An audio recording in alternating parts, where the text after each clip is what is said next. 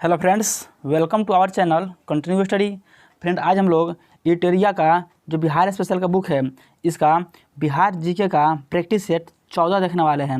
इससे पहले हम लोगों ने इस बुक का 1 से 13 तक के प्रैक्टिस सेट को अपने इस चैनल पर कंप्लीट पढ़ लिया है। तो अगर आपने हमारा पिछला वीडियो नहीं देखा है तो आप हमारे चैनल के प्लेलिस्ट में जाकर देख सकते हैं। वहाँ आपको टेस्ट सीरीज 1 से 13 तक का टेस्ट सीरीज आपको मिल जाएगा।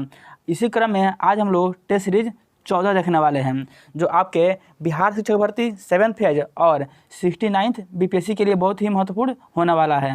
वीडियो शुरू करने से पहले आपसे एक छोटा सा रिक्वेस्ट है, अगर आप हमारे चैनल पर नए हैं या आपने अभी तक हमारे चैनल को सब्सक्राइब नहीं किया है तो ऐसे ही बीपीएससी से संबंधित महत्वपूर्ण वीडियो पाने के लिए हमारे चैनल को जरूर सब्सक्राइब करें, और वीडियो अच्छा लगा तो इसे लाइक और शेयर करना ना भूलें। तो चलिए आज हम लोग टेस्ट सीरीज 14 देखते हैं। पहला प्रश्न बोल रहा है, बिहार में स्थित कौन सा महाजनपद 8 राज्यों का संघ था। तो बताना है कि बिहार में जो मुख्य रूप से 3 महाजनपद स्थित है, उसमें से कौन सा महाजनपद जो था वह 8 राज्यों का संघ था। तो इसका सही उत्तर हो जाएगा बज्जी। कौन था? बज्जी जो था यह 8 राज्यों का संघ था।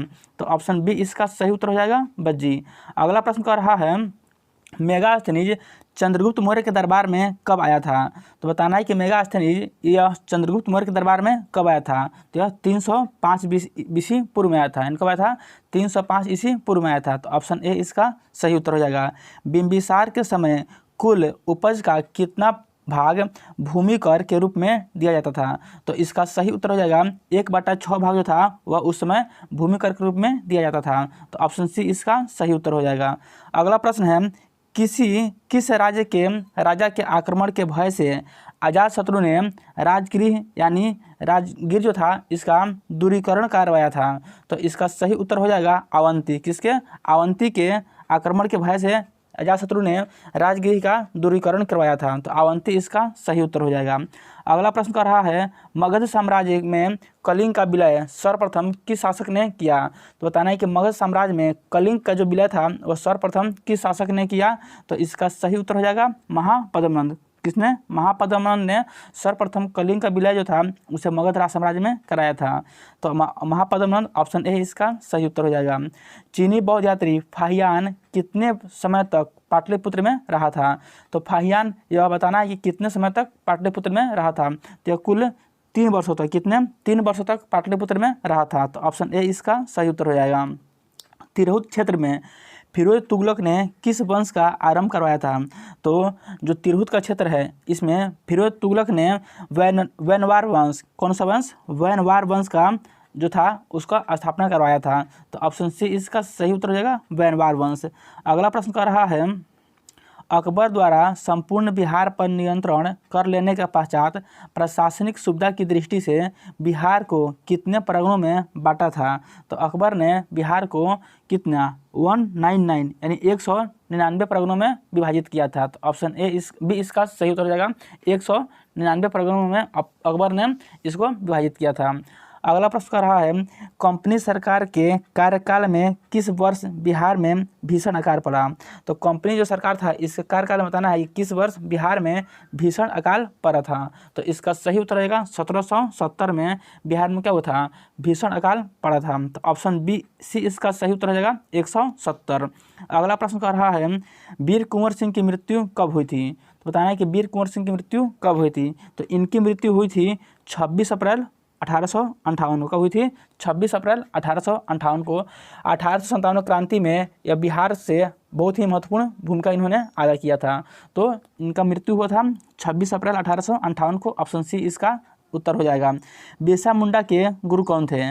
तो बहुत ही आसान प्रश्न है और बीपीएससी में यह पूछा हुआ प्रश्न है। तो इसका सही उत्तर हो जाएगा आनंद पांडे। कौन थे? बिरसा मुंडा गुरु थे आनंद पांडे। पटना में रामकृष्ण सोसाइटी की स्थापना किसने की थी।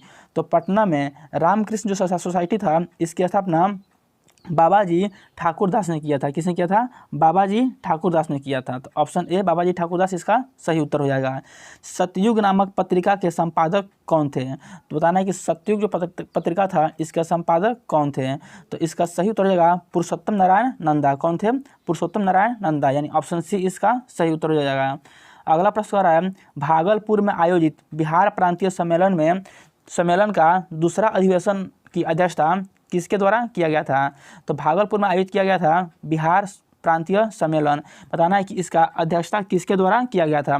तो इसका अध्यक्षता सच्चिदानंद सिन्हा, किसके द्वारा? सच्चिदानंद सिन्हा के द्वारा किया गया था। निम्नलिखित में से किसने संथाल विद्रोह का नेतृत्व किया था? तो संथाल विद्रोह यह बहुत ही महत्वपूर्ण है बीपीएससी के एग्जाम के लिए।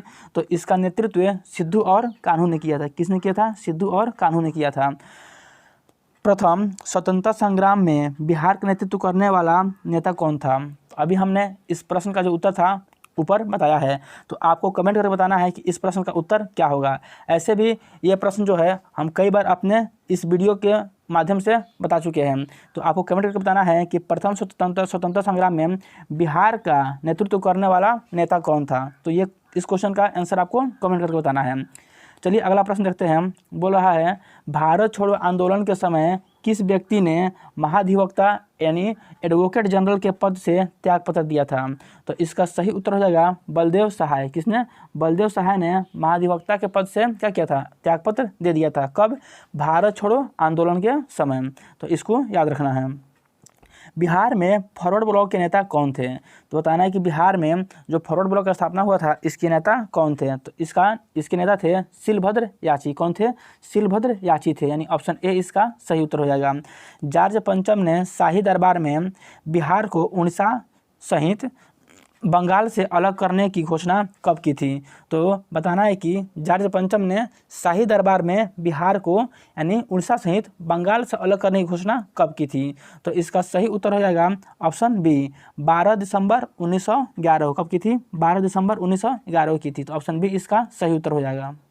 अगला प्रश्न है, बोल रहा है बिहार के किस उपराज्यपाल को महेश नारायण ने 1894 में बिहार को बंगाल से अलग करने का ज्ञापन सौंपा था? तो इसका सही उत्तर हो जाएगा ऑप्शन सी। क्या हो जाएगा? ऑप्शन सी जॉन मार्शल को। किसको? जॉन मार्शल को। अगला प्रश्न है बिहार के किस जिले में होम रूल लीग का प्रचार नहीं हुआ था? तो बताना है कि बिहार का कौन सा जिला है जहाँ पे होम रूल लीग का प्रचार नहीं हुआ था? तो जिला हो जाएगा कौन सा? चंपारण। कौन जिला हो जाएगा? चंपारण जिला हो जाएगा। ऑप्शन ए इसका सही उत्तर हो जाएगा। 1857 में चंपारण के विद्रोहियों ने किस अंग्रेज अधिकारी की हत्या कर दिया था? तो 1857 का विद्रोह था, इसमें चंपारण के जो विद्रोहियों ने बताना है किस अंग्रेज अधिकारी की हत्या कर दी थी? तो इसका सही उत्तर हो जाएगा मेजर होम्स। किसकी? मेजर होम्स की हत्या कर दी गई थी। पटना विश्वविद्यालय की स्थापना किस वर्ष की गई थी? तो बताना है कि पटना विश्वविद्यालय जो है इसकी स्थापना किस वर्ष की गई थी? तो पटना विश्वविद्यालय की स्थापना कब किया गया था? 1917 में। कब किया गया था? 1917 में किया गया था। अगला प्रश्न है लोटा विद्रोह किस जिले में हुआ था? तो लोटा जो विद्रोह था यह मुजफ्फरपुर जिले में हुआ था, और जो नंगा हड़ताल विद्रोह था यह कहाँ पे हुआ था? यह सारण में हुआ था। तो दोनों को याद रखना है।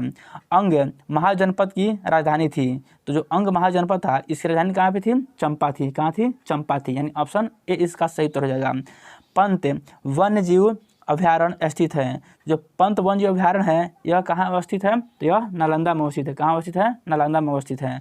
बिहार में लाल बलुई मिट्टी का सर्वाधिक विस्तार किस भाग में पाया जाता है? तो बिहार में जो लाल बलुई मिट्टी है यह मुख्य रूप से कैमूर के पठारी जो भाग है उसमें पाया जाता है, यानी ऑप्शन ए इसका सही उत्तर हो जाएगा कैमूर के पठारी भाग में। कहाँ पे? कैमूर के पठारी भाग में।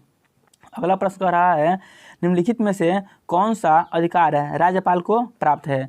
तो राज्यपाल को वित्त संबंधी अधिकार जो है यह प्राप्त है, न्याय संबंधी अधिकार है यह भी प्राप्त है, और इसके साथ साथ कार्यपालिका संबंधी जो अधिकार है यह भी प्राप्त है, यानी इसका सही उत्तर रहेगा ऑप्शन डी उपयुक्त में से एक से अधिक या सभी, यानी ऑप्शन डी इसका सही उत्तर हो जाएगा। अगला प्रश्न कह रहा है संविधान के किस अनुच्छेद के तहत राज्यपाल किसी विधेयक को राष्ट्रपति हेतु आरक्षित रख सकता है? तो इसका सही उत्तर हो जाएगा अनुच्छेद 201 के तहत। किसके तहत? अनुच्छेद 201 के तहत राज्यपाल किसी भी विधेयक को राष्ट्रपति हेतु क्या कर सकता है? आरक्षित रख सकता है। तो इस अनुच्छेद 201 को याद रखना है। अगला प्रश्न कह रहा है निम्नलिखित में से कौन सी मिट्टी दक्षिण बिहार में पाई जाती है? तो दक्षिण बिहार में जो गंगा का किनारा वाला एरिया है इसमें कौन सी मिट्टी पाई जाती है? यहाँ पाई जाती है टाल मिट्टी। कौन मिट्टी? टाल मिट्टी। पुरानी जलोढ़ मिट्टी यह भी पाई जाती है, इसके साथ साथ केवाल मिट्टी यह भी पुरानी जलोढ़ मिट्टी का ही नाम है। तो केवाल मिट्टी जो है यह भी पाई जाती है। तो इसका सही उत्तर रहेगा ऑप्शन डी उपयुक्त में से एक से अधिक, यानी ए बी सी और तीनों इसका सही उत्तर हो जाएगा। अगला प्रश्न कर रहा है बिहार में मुख्यतः कितने प्रकार की ऋतुएं मौसम पाई जाती है? तो ये सभी को पता ही होगा। बिहार में मुख्य रूप से कितने 3 प्रकार की मौसम यानी ऋतुएं पाई जाती हैं। तो ऑप्शन सी इसका सही उत्तर हो जाएगा। बिहार में ग्रीष्म ऋतु की अवधि क्या है? तो बिहार में जो ग्रीष्म ऋतु की अवधि होती है वो होती है कब से? ये सभी को पता ही होना चाहिए। कब होती है? मार्च से जून तक। कब होती है? मार्च से जून तक होती है। अगला प्रश्न कर रहा है बिहार हो गया ये। अगला प्रश्न कर रहा है रिहंद निम्नलिखित में से किसकी सहायक नदी है? तो बताना है कि जो रिहंद नदी है यह निम्नलिखित में से किसकी सहायक नदी है? तो रिहंद नदी जो है यह सोन की सहायक नदी है। किसकी है? यह सोन की सहायक नदी है। निम्नलिखित में से कौन सी नदी बिहार के सबसे पूर्व में प्रवाहित होती है? तो अगर बिहार के एरिया देखिएगा तो इसमें सबसे पूर्व से कौन नदी प्रवाहित होती है? सबसे पूर्व से महानदी। कौन नदी? महानंदा होगा। तो महानंदा जो नदी है यह किशनगंज जिले से प्रवाहित होती है, यानी ऑप्शन ए इसका सही उत्तर हो जाएगा, महानंदा नदी। अगला प्रश्न कर रहा है बिहार लोक सेवा आयोग के सदस्यों का सेवानिवृत्त की अधिकतम आयु क्या है? तो जो बिहार लोक सेवा आयोग है इसके जो सदस्य होते हैं इनकी जो सेवानिवृत्त की आयु होती है वो होती है कितनी वर्ष? 62 वर्ष। कितनी होती है? 62 वर्ष होती है। तो इसको याद रखना है। अगला प्रश्न है राज्य की सबसे छोटी प्रशासनिक इकाई क्या है? तो राज्य की जो सबसे छोटी प्रशासनिक इकाई होती है वो होती है ग्राम पंचायत। कौन होती है? ग्राम पंचायत होती है। किसके अनुमति के बिना विधानसभा में धन विधेयक प्रस्तुत नहीं किया जा सकता है? तो विधानसभा में धन विधेयक प्रस्तुत करने के लिए राज्यपाल की अनुमति लेना आवश्यक होता है। किसका? राज्यपाल। तो ऑप्शन ए इसका सही उत्तर हो जाएगा। बिहार विधानसभा में अनुसूचित जाति हेतु आरक्षित सीटों की कुल संख्या है। तो बिहार विधानसभा में अनुसूचित जाति के लिए जो आरक्षित सीटें हैं उसकी कुल संख्या कितना है? 38 है। कितना है? 38 है। तो ऑप्शन बी इसका सही उत्तर हो जाएगा। आप इसको ऐसे याद रख सकते हैं बिहार में टोटल जिले कितने हैं? 38 जिले हैं। तो बिहार में विधानसभा के लिए अनुसूचित जाति हेतु सीट कितना है? तो 38 सीट भी है। तो आप इसको ऐसे रिलेट करके याद कीजिएगा तो आप इसको भूलिएगा नहीं। अगला प्रश्न कर रहा है विधान परिषद के संबंध में कौन सा कथन जो है वह असत्य है? बताना है कि जो विधान परिषद है इसके संबंध में कौन सा कथन असत्य है।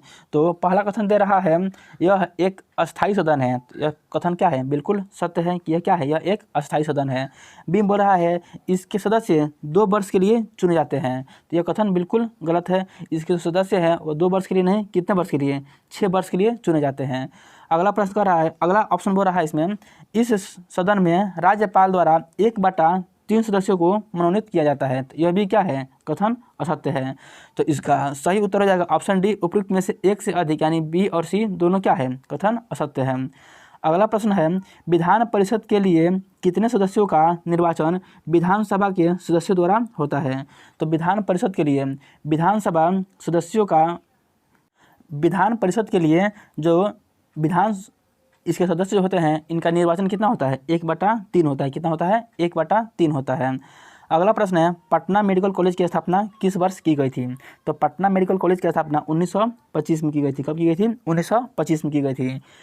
अगला प्रश्न है 2011 के जनगणना के अनुसार बिहार में महिला साक्षरता दर कितनी है? तो 2011 का जनगणना है उसके हिसाब से बिहार में जो महिला की साक्षरता दर है वो कितनी है? 51.5%। कितना है? 51.5%। और पूछेगा कि बिहार की जनसंख्या कितनी है? बिहार की जो जनसंख्या का साक्षरता दर वो कितना है? तो कुल बिहार का जो साक्षरता दर है वह है 61.8%। कितना हो जाएगा? 61.8%। अगर यही पूछेगा कि पुरुष जनसंख्या दर कितनी है, पुरुष का जो साक्षरता दर है वह कितनी है, तो इसका सही उत्तर हो जाएगा 71.2%। तो इसका रखना है बिहार का जो साक्षरता दर कितना है? 61.8%।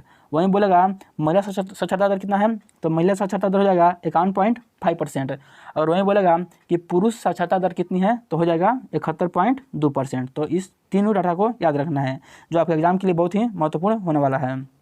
अगला प्रश्न कर रहा है बिहार की प्रमुख पत्रिका बिहार टाइम्स के संपादक कौन थे? तो जो बिहार की प्रमुख पत्रिका थी बिहार टाइम्स, इसके संपादक थे कौन? महेश नारायण। कौन थे? महेश नारायण थे। तो ऑप्शन बी इसका सही उत्तर हो जाएगा, महेश नारायण। किस वर्ष भारत के 11वें राष्ट्रपति डॉक्टर APJ अब्दुल कलाम ने बिहार विधानमंडल के संयुक्त सत्र को संबोधित किया था? तो इसका सही उत्तर हो जाएगा किस वर्ष? 2006 में। कब किए थे? 2006 में किए थे। नालंदा विश्वविद्यालय के प्रथम चांसलर कौन थे? तो बताना है कि नालंदा जो विश्वविद्यालय था इसके प्रथम चांसलर कौन थे? तो इसके प्रथम चांसलर थे अमर्त्य सेन। कौन थे? अमर्त्य सेन थे। तो ऑप्शन ए इसका सही उत्तर हो जाएगा, अमर्त्य सेन। अगला प्रश्न है डॉक्टर राजेंद्र प्रसाद केंद्रीय कृषि विश्वविद्यालय स्थित हैं। तो जो डॉक्टर राजेंद्र प्रसाद केंद्रीय कृषि विश्वविद्यालय है यह समस्तीपुर में अवस्थित है। कहाँ पे? समस्तीपुर में अवस्थित है। तो ऑप्शन ए समस्तीपुर इसका सही उत्तर हो जाएगा। बिहार के किस क्षेत्रीय भाषा को संविधान की 8वीं अनुसूची में शामिल किया गया है? तो संविधान की 8वीं अनुसूची में टोटल कितनी भाषाएं हैं? 22 भाषाएं हैं। इसमें बताना है कि बिहार के किस क्षेत्रीय भाषा को शामिल किया गया है। तो बिहार का जो मैथिली भाषा है इसको शामिल किया गया है। तो ऑप्शन ए इसका सही उत्तर हो जाएगा, मैथिली भाषा। बिहार के प्रमुख जूट उद्योग स्थित है। तो बिहार का जो प्रमुख जूट उद्योग है वह बिहार के किस क्षेत्र में होता है? तो उत्तर और पूर्व वाला जो क्षेत्र है यहीं पे होता है। इसका सही उत्तर क्या आ जाएगा? ऑप्शन ए उत्तर पूर्वी क्षेत्र में। किस क्षेत्र में? उत्तर पूर्वी क्षेत्र में। और किसी जिला का नाम पूछेगा तो जिला का नाम क्या देना है? पूर्णिया हो जाएगा जिला। क्या हो जाएगा? जिला पूर्णिया हो जाएगा। तो इसको याद रखना है। अगला प्रश्न कह रहा है उत्तर दिशा से प्रवाहित होने वाली नदियों में से कौन सी गंगा की सबसे लंबी सहायक नदी है? तो ये गंगा का नदी है। तो इसमें बताना है कि उत्तर दिशा से प्रवाहित होने वाली नदियों में कौन सी गंगा की सबसे बड़ी नदी है, सहायक सबसे बड़ी नदी है। तो इसका सही उत्तर हो जाएगा कौन सी नदी? कोसी नदी। कौन सी नदी? कोसी नदी जो है यह गंगा की सबसे बड़ी सहायक नदी है जो उत्तर से दक्षिण की तरफ बहती है। तो ऑप्शन बी इसका सही उत्तर हो जाएगा। अगला प्रश्न है बिहार का कौन सा जिला नेपाल पश्चिम बंगाल दोनों से सीमा साझा करता है? तो नेपाल और पश्चिम बंगाल किससे? नेपाल एरिया और क्या पश्चिम बंगाल दोनों से सीमा साझा करने वाला जिला कौन सा हो जाएगा? किशनगंज है। कौन सा जिला हो जाएगा? किशनगंज हो जाएगा। यानी ऑप्शन बी इसका सही उत्तर हो जाएगा, किशनगंज। तो फ्रेंड यहीं आज के स्टेट सीरीज 14 का बीपीएससी से संबंधित यानी बिहार स्पेशल जीके का 50 अति महत्वपूर्ण प्रश्न था। ये वीडियो आपको कैसा लगा कमेंट करके जरूर बताइएगा। अगर वीडियो अच्छा लगा तो इसे लाइक और शेयर जरूर करें तथा अभी तक आपने हमारे चैनल को सब्सक्राइब नहीं किया है तो ऐसे ही महत्वपूर्ण वीडियो पाने के लिए हमारे चैनल को भी जरूर सब्सक्राइब करें। तो चलिए अब हम लोग इसके टेस्ट सीरीज 15 में मिलते हैं। तब तक के लिए आप सभी को जय हिंद।